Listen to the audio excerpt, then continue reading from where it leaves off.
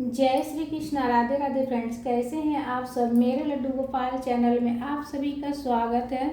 आज मैं आप सबको पापानकुशा एकादशी सुनाने वाली हूँ। एकादशी की कथा सुनाने वाली हूँ, व्रत कथा महात्म्यम, जिसे सुनने से मोक्ष की प्राप्ति होती है और जाने अनजाने में जो भी पाप किए वो सभी नष्ट हो जाते हैं कथा सुनने मात्र से।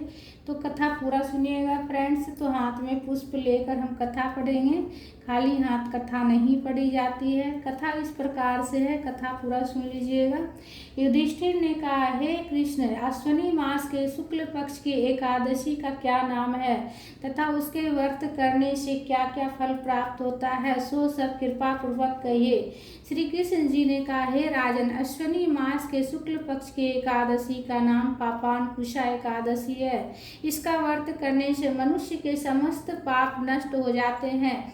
कोई भी पापी मनुष्य भूल चूक से भी इस एकादशी के दिन व्रत करते हैं, उन्हें यम की यातना नहीं मिलती है। और जो मनुष्य विष्णु भक्त होने वाला शिव जी की निंदा करता है अथवा जो शिव भक्त की निंदा करता है वह नरक में जाता है। एक सहस्त्र अश्वमेघ यज्ञ तथा 100 राजसूय यज्ञ का फल इस एकादशी के फल के 16वें दफा के बराबर भी नहीं होता है। अर्थात एकादशी व्रत के समान संसार में दूसरा व्रत तथा एकादशी के समान विश्व में कोई अन्य तिथि नहीं है। जो प्राणी यह व्रत नहीं करते हैं उन्हें पाप घेरे रहते हैं। एकादशी के व्रत से मनुष्य को स्वस्थ शरीर, अति सुंदर स्त्री तथा धन धान और अंत में स्वर्ग की प्राप्ति होती है।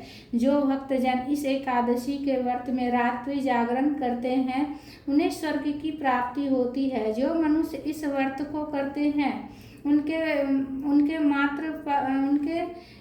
मातृ पक्ष के 10 पुरुष और पितृपक्ष के 10 पुरुष और स्त्री पक्ष के 10 पुरुष विष्णु का वेश धारण करके गरुड़ पर सवार हो विष्णु लोक को जाते हैं।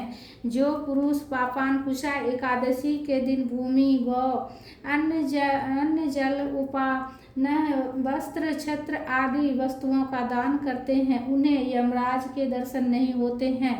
दरिद्री